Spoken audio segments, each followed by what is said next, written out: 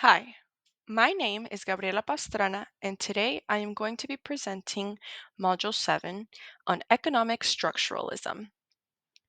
Economic structuralism is an international relations perspective that argues that global economics is the foundation of global politics. ES looks at the structure of the world economy, meaning how wealth, labor, and production are organized across countries first, rather than states and power rivalry. This perspective argues that the international system is divided into groups of states that benefit from the global economy and others that are systematically disadvantaged. This is referring to the core and the periphery.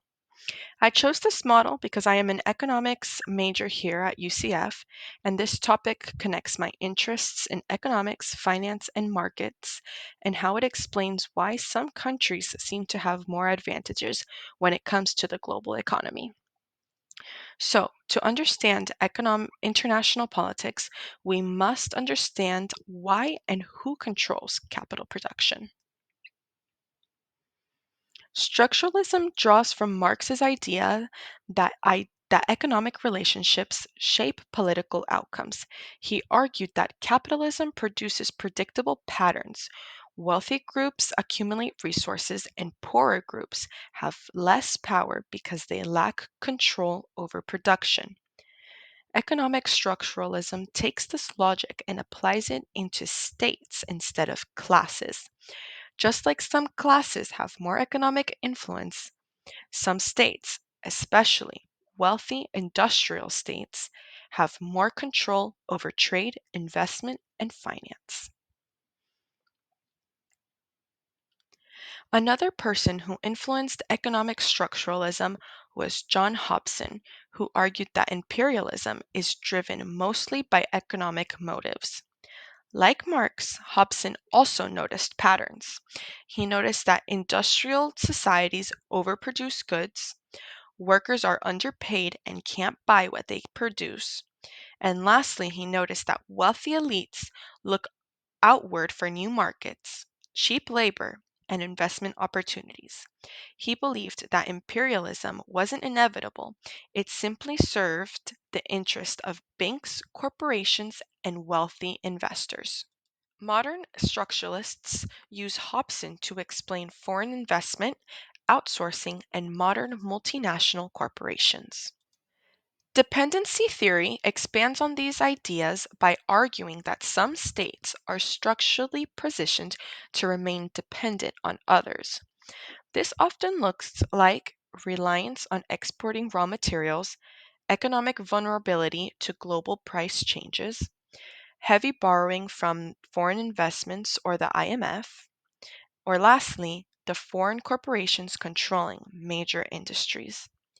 Dependency theorists argue that the development of wealthy countries is often linked to the underdevelopment of poorer ones. So, we can see that dependency is not a phase, but it's built on the structure of the world economy. Emma- Immanuel Wallerstein expanded economic structuralism into a full global model called world systems theory. He argued that the world economy falls into three things. Core states, which control high profit industries like technology, finance, and pharmaceuticals. Semi periphery states, which have mixed industries and can move up or down. And lastly, periphery states, which produce raw materials and cheap labor. This framework explains why countries like the US or Germany remain wealthy, while many countries in sub-Saharan Africa or Latin America remain stuck in low-income economic roles. Another branch of structuralism focuses on how colonial history still shapes the economic roles of countries today.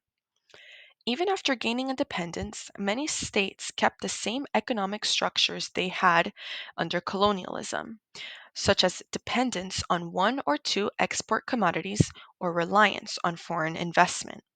Post-colonial scholars also examine the role of global institutions like the IMF and the World Bank, which often pressure developing states to follow economic policies that align with richer countries' interests.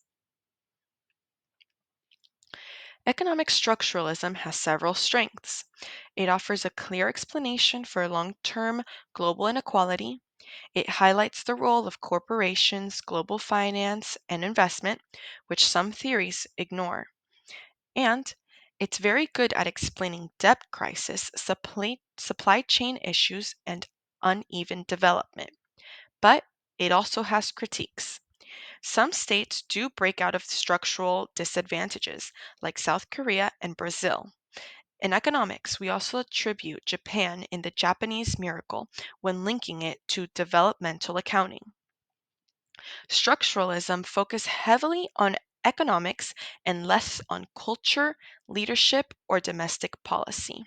And what is the link between dependency and underdevelopment?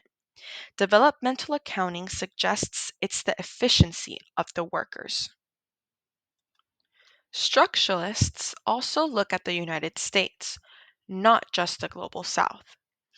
The US began as a dependent colony under Britain, limited in trade and industry. Over time, through industrialization, westward expansion, and investment growth, it became a core country. Today, the US based multinational corporations, Wall Street, and the dominance of the US dollar gives the United States immense structural power in the global economy. This perspective shows how economic strength, not just military power, can place a country at the top of the international hierarchy. To conclude, economic structuralism remains one of the most useful international relations perspectives because it helps us understand changes in the global economy from debt crisis to supply chain problems, inequality, trade tensions, and the power of multinational corporations. It combines international relations with economics, which is why it resonates with me personally, and offers a powerful explanation of why some countries rise and why others struggle within the modern global system.